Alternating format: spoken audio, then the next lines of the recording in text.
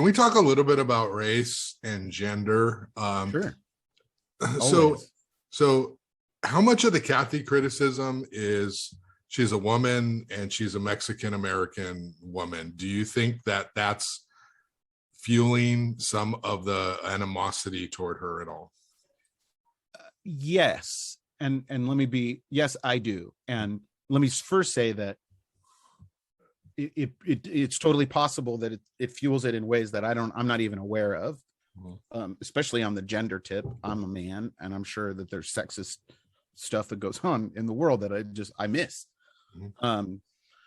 But the ways that it occurs to me, it seems really obvious to me, is one, this weird double standard of like, I don't, these incoherent criticisms that she didn't, I don't know, fix COVID or something, feels like something that's very gendered in particular, of just like, and then I also think that for the business interests in town and for some voters, that they're just like, I'm going to close my eyes right now and think about what a strong leader mayor looks like.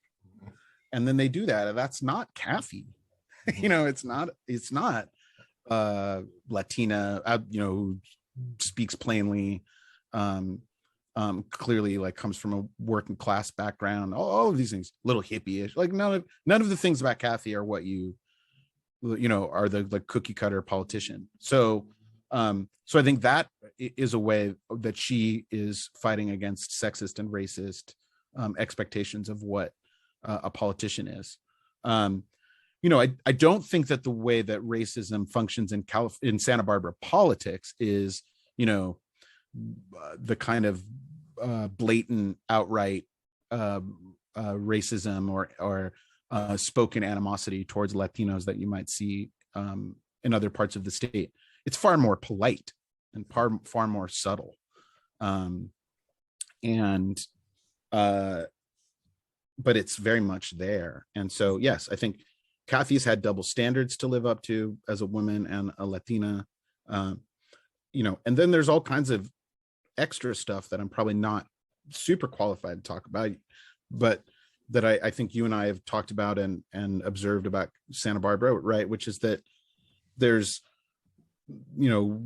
infighting and competition and tensions within the Mexican American community, within the Latino community, which isn't just Mexican Americans. Yeah. So there are folks that if they disagree with her about one thing or another are like, well, she's not, Latinx enough. She's not Chicana enough. She's not Mexican enough.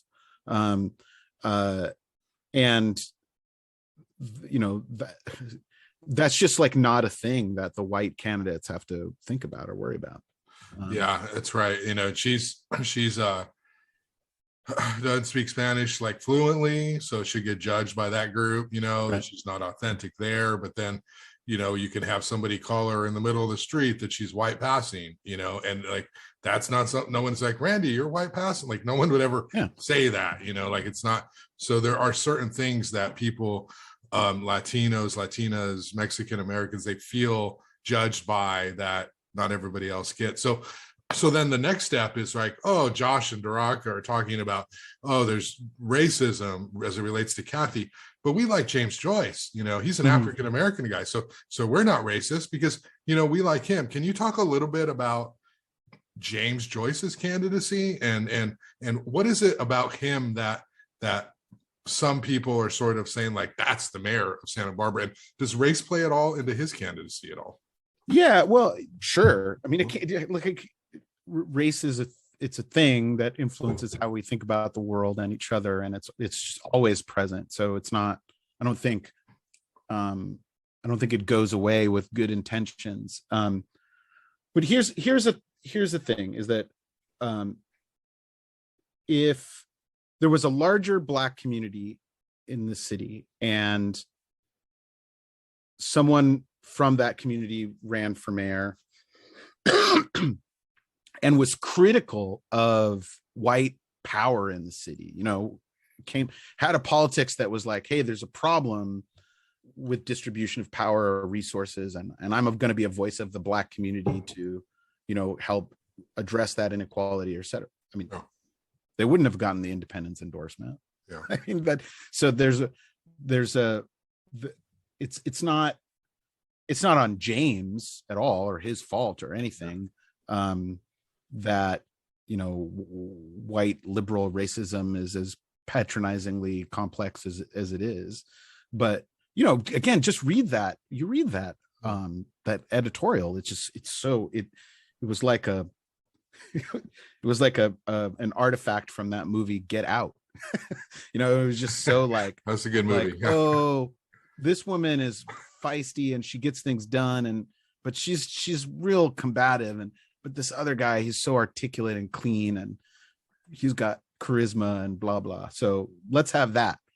And that sucks. I mean, it sucks for James, it sucks for Cathy, it sucks for everybody, but it's very common in California politics to pit, you know, to have this is like, let's pit candidates or people of color against one another to get white votes, and then that game becomes, how do we convince those white voters, like, who's the least threatening?